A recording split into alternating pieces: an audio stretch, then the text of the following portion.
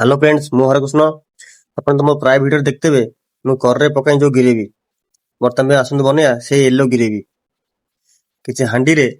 ତେଲ ଗରମ କରିବେ ତେଲ 2 ରୁ 3 ଲିଟର ତେଲ ପକେଇବେ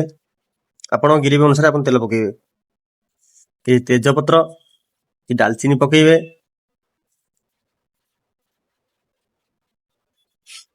ତ ପକେଇ ଭଲ ଭାବରେ ଗୋଳେଇବେ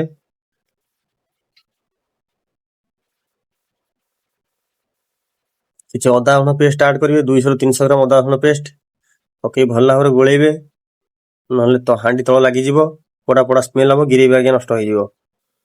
ଆଉ ଭଲ ଭାବରେ ଗୋଳେଇବେ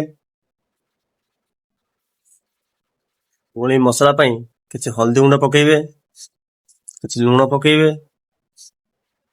ଆଉ କିଛି ଗରମ ମସଲା ପକେଇବେ କିଛି ଲଙ୍କା ଗୁଣ୍ଡ ପକେଇବେ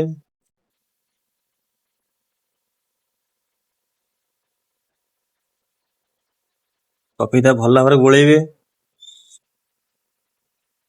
ଯେମିତି ତଳ ନ ଲାଗିବ କିଛି ଅଳ୍ପ ଲାଇଟ୍ ଜିରା ପାଉଡର ପକେଇବେ ଟେଷ୍ଟ ସ୍ୱାଦ ଅନୁସାରେ କସ୍ତୁରୀ ମେଥି ତାକୁ ଆଡ୍ କରିବେ କସ୍ତୁରୀ ମେଥି 10 ରୁ 20 ଗ୍ରାମ ଲଙ୍କା ପାଉଡର ଟିକେ ଅଧିକା କ୍ୱାଣ୍ଟିଟି ପକେଇବେ ନହେଲେ ଗିରେଭି ଟେଷ୍ଟ ସ୍ପାଇସି ଲାଗିବନି ଲଙ୍କା ହଳଦୀ ଟିକେ ଅଧିକା ଆଡ୍ କରିବେ ଆଉ ତାର କିଛି ସମୟ ଗୋଳେଇଲା ପରେ ଆର ହେଇକି ରହିଥିବା ପେଷ୍ଟ ପିଆଜ ବାଦାମ ଖସା ଆଉ କାଜୁ ତାକୁ ସିଝେଇ ଭଲ ଭାବରେ ପେଷ୍ଟ କରିଦେବେ ସେ ପେଷ୍ଟକୁ ଆଣି ବୋଗନାରେ ଢାଳି ଅଧଘଣ୍ଟା ଚଲେଇବେ ଚଲେଇ ସାରିଲା ପରେ ରୋଗନ ଏମିତି ବାହାରିଯିବ ଉପରେ ରୋଗନ ବାହାରିବ ଆପଣ ପ୍ରସ୍ତୁତ ହେଇଯିବ ୟେଲୋ ଗ୍ରେଭି